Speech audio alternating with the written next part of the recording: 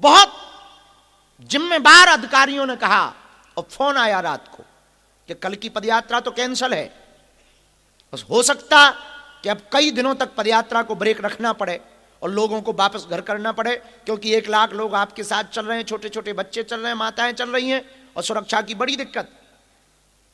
तब हमने कहा कि हो कुछ भी जाए, बस इन लोगों को कुछ ना हो तो हम अपनी प्राण की बाजी लगाने को तैयार हैं।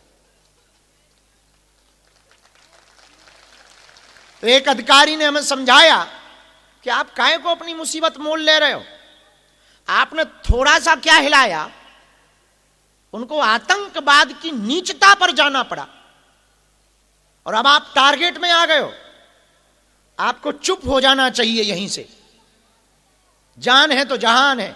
उन्होंने ऐसा तर्क दिया। हमने उनको हंस के कहा, साहब बार बार मरना नहीं है, एक बार बचना नहीं। बम विस्फोट हो गया, एजेंसियों ने हाथ खड़े कर दिए। हमारी जहां पदयात्रा रुकी थी फरीदाबाद में, वहीं पर 3000 किलो आरडीएक्स पकड़ा गया, AK-47 राइफल पकड़ी गई और पिस्टल पकड़ी गई और हमारी पदयात्राओं के कई पॉइंटों पे उनके कुछ लोगों ने किराए से मकान लेने की साजिशें की। लेकिन मेरे पागलों में एक बात तुमको बताना चाह रहे कि ये मौत के मुंह से निकल करके सबको भगवान लेकर आए, भगवान ने कृपा की, पर एक मात्र उद्देश्य है हमारा, तुम्हारी संपत्ति पर किसी का हक ना हो जाए, तुम्हारे देश पर किसी का हक ना हो जाए, तुम फिर से गुलाम ना बन जाओ, तुम्हारी बेटियां बुर्का में ना हो जाएं और तुम्हारे बेटा हलीउल्लाह वालों के चक्कर में ना पड़ जाएं। तुम्हारी आने वाली पीढ़ी सुरक्षित कैसे हो? हमें पता है हमारे जीते जी हिंदू राष्ट्र नहीं बनना है,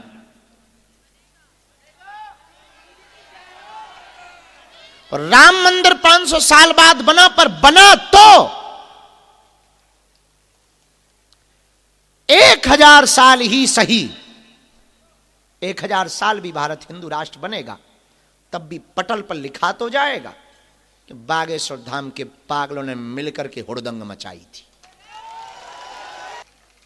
लोगों को लगता कि हम बहुत विवादित बातें बोलते, बिल्कुल विवादित बातें नहीं बोलते। यह बात सही है कि हम सही बोलते, मुंह पर बोलते, खुद को भी नहीं छोड़ते। एक महात्मा को बहुत बुरा लगा, बहुत अच्छे पहुंचे हुए महात्मा थे, वो सामने बैठ, उस दिन के बाद वो हमें रोज गाली दे रहे हैं यूट्यूब पर, रोज यूट्यूब पर वीडियो पे गाली देते हैं हमें। हम भी कहते हैं, हमने इतना ही कहा उनसे, महाराज आपने कच्छा त्याग दिया, इच्छा नहीं त्यागी। उन्हें बड़ा बुरा लगा। अब हमने क्या गलत कहा भाई? अरे आप महात्मा आदमी हो, सब त्याग दिया, ये ना त्याग पाए, सीधी सीधी बात कह दिए। उनको कहा, वो मुंह पे ही बोले बड़े निकम्मे हो तुम। अब हमने कहा आप कुछ भी कहो महाराज, हमें तो जो लगा कह देना चाहिए सो कह, बल्कि उसके बाद उनकी फिर उस दिन से इच्छा थोड़ी कम हुई है। शायद उन्हें हमारी बात सही लगी होगी, वो बहुत तेज लगी, उन्हें बहुत तेज लगी। बाद में तो उन्होंने डिफेंडर बेच दी, डिफेंडर गाड़ी उन्होंने बेच दी, हमें पता लगा। तो हमने सीधी सी बात कही, हमने कहा महाराज कच्छा त्याग दिया, इच्छा ना त्यागी तुमने। ऐसी कड़वी बातों के कारण कई लोगों को बहुत बुरा लग जाता, पर बात बहुत सीधी। हम तुम्हें बता दें कि हम तुमसे ना तो तालियां बजवाने बैठे हैं, दक्षिणा तो तुमसे लेनी ही नहीं है, हम तुम्हारे लिए नहीं बैठे हैं, हम सिर्फ इसलिए बैठे हैं कि तुम हलीउल्लाह वालों के चक्कर में ना पड़ जाओ। अपने भी बजरंगबली किसी से कम नहीं है, ये बात समझ जाओ। हम मात्र इसलिए बैठे हैं कि तुम्हें दरबारों में ना भटकना पड़े, तुम्हें तंत्र मंत्र के चक्कर में ना पड़ना पड़े, तुम्हारी आंखों में आंसू ना रहे, तुम्हें हनुमान जी की कृपा प्राप्त मिल जाए, तुम हनुमान जी के चाकर बन जाओ, तुम हनुमान जी के दास बन जाओ, तुम हनुमान जी के पूजक बन जाओ, तुम हनुमान जी की शक्तियों को महसूस कर पाओ। हम मात्र इसलिए दरबार लगाते, और हमारा कोई उद्देश्य नहीं है चमत्कार दिखा। वरना आओ तो बैल कम, ना आओ सो भीड़ कम, और बढ़िया आनंद है।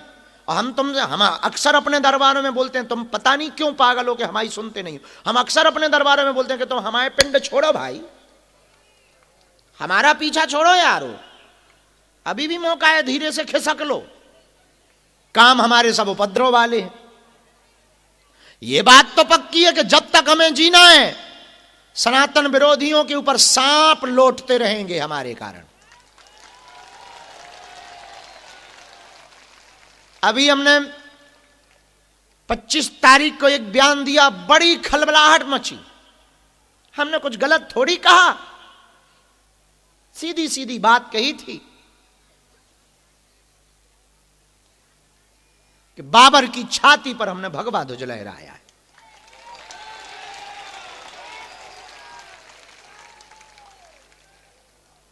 लोग कहते हैं कि आप बड़ी विवादित बातें बोलते हो, हम 1% भी विवादित नहीं बोलते हैं, बस थोड़ी सी बात कड़वी कह देते हैं, और सत्य कड़वा होता है।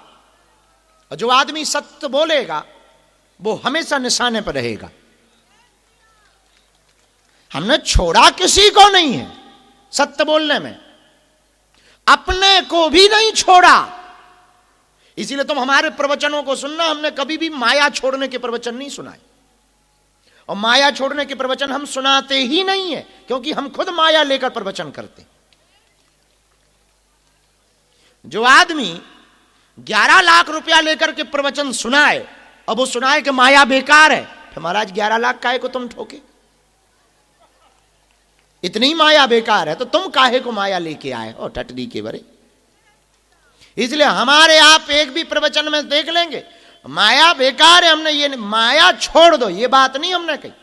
माया पकड़े रहो, माधव को अपना बना लो, माया अपने आप छूट जाएगी। इसलिए हमारे प्रवचनों में माया छोड़ने की बातें बिल्कुल भी नहीं है, और हमारे प्रवचनों में उल्टा ये है कि तुम में जितनी दम हो बेटा उतना माया पकड़ो, जितनी दम हो उतना पकड़ो। हमारे ईश्वर में दम होगी, हमारी बातों में दम होगी, तुम्हारे हृदय में भेद करेगा, तुम्हारे हृदय में चुभेगी, तुम्हें अपने आप पता लग जाएगा कि सही क्या है और गलत क्या है। काहे को बेफिजूली में एक पागल आदमी के पीछे, वैसे ही कई लोग तुम्हारे घर पे तुम हमारे नाम से बड़ा कमेंट, बड़ा बाबा बाबा बाबा बाबा में पड़े, बेफिजूली में 28 साल के लड़का के चक्कर में जिंदगी बर्बाद कर रहे हो। अभी भी मौका है, खिसक लो आराम से, ट्रेन की टिकट हो तो। लेकिन एक बात हम तुमको कहना चाह रहे, हम तुम्हें जीवन का आईना देना चाह रहे हैं ताकि तुम जिंदगी इतनी सरलता से जी सको कि बात वही बहुत पुराना विचार है हमारा, जेब में भले ही फूटी कौड़ी हो, 1 रुपया ना हो, पर चाल तो ऐसी चलेंगे जैसे कोई राजा चला जा रहा। भले ही बिना शक्कर की चाय पिएंगे, पर शोर इतना सिप सिप का होगा कि पड़ोसी को लगेगा बड़ी मीठी चाय पी रहा है। आदमी हम बहुत उल्टे हैं, बहुत उल्टे आदमी हैं, और हम तुमको भी अपने जैसा बनाना चाह रहे हैं।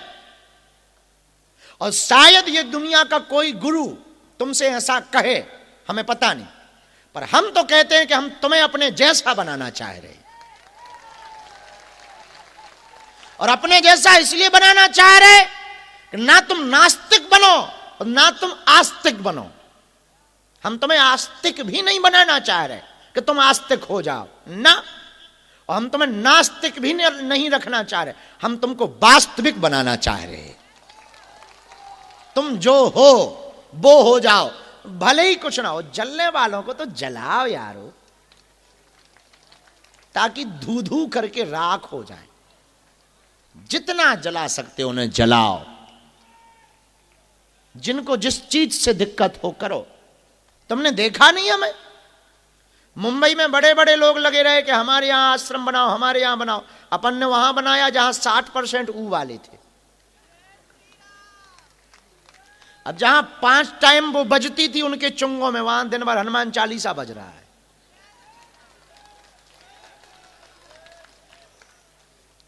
तुमने देखा नहीं 7 तारीख को अपन कलकत्ता जा रहे हैं। क्वांटिटी में हम भले ही ज्यादा ना जिए, पर क्वालिटी में तो बहुत बेहतर अपन जिंदगी जिएंगे। मतलब जिंदगी भले ही हमारी लंबी ना रहेगी, पर जितने दिन रहेगी पागलो, उतने दिन सनातन विरोधियों के लिए तो ऐसी रहेगी कि वो हमें काल की ही नजर से देखेंगे। और ये मात्र हम इसलिए कर रहे हैं, हम अपने लिए तो कुछ कर नहीं रहे, मात्र इसलिए कर रहे हैं कि तुम्हारी बेटियां लव जिहाद के चक्कर में ना पड़े, तुम्हारी आने वाली पीढ़ियां बच जाएं, तुम्हारा ये देश, तुम्हारा ये भारत गजवा ये हिंद नहीं भगवा ये हिंद हो जाए। और हम मात्र इसलिए कर रहे हैं, चाहे वो सनातन हिंदू एकता की पदयात्रा हो, सन्यासी बाबा का ये कृपामय स्वभाव। एक महात्मा बोला करते थे, सुबह सुबह सो के उठते थे, हम जमात में गए उनके साथ में, जमात होती है साधुओं की जो टोली होती है उसको जमात कहते हैं, तो जमात साधुओं के साथ जब हम गए तो एक बात अच्छी बोलते थे वो, सुबह सुबह जब सो के उठते थे तब कहते थे पड़े पड़े, रजाई में, ठंडियों के दिन तो रजाई में ही पड़े पड़े चिल्लाते थे, ना वो गिनकर देते हैं ना वो तौल के देते हैं, हमारे सरकार जब भी देते हैं दिल खोल के देते हैं। आपको बात समझ आई है? तो आज की बात में हम आपको कहना चाह रहे हैं, आप ये अपने मन से संदेह निकालो कि आप पर भगवान की कृपा नहीं है, भगवान की ही कृपा है, तब तो भगवान के दर पर हो, वरना कहूं भूत भुतैया के चक्कर में फंसे हो। एक बात तो हम कह दें, ऐसी कहनी नहीं चाहिए, खैर तुम्हारी श्रद्धा को ठेस पहुंचेगी, तुम्हारे भरोसे को भी ठेस पहुंच सकती है, पर अब हमारे पेट में पच नहीं रही। ऐसा होता नहीं है, फिर भी हम कह दे रहे, बड़ी बात कह के। एक घड़ी आपका काम सफल ना भी हो, एक घड़ी मान लो, वो ना गणित में माना की, मान भी लो कि आपका काम सफल ना भी हो, तो बुरा नहीं हो सकता है, अहित नहीं हो सकता है, ये तो पक्का है। हनुमान जी के जैसा सर्वसामर्थ्य देवता, हनुमान जी के जैसा सरल देवता इस पृथ्वी पर कोई दूसरा नहीं है।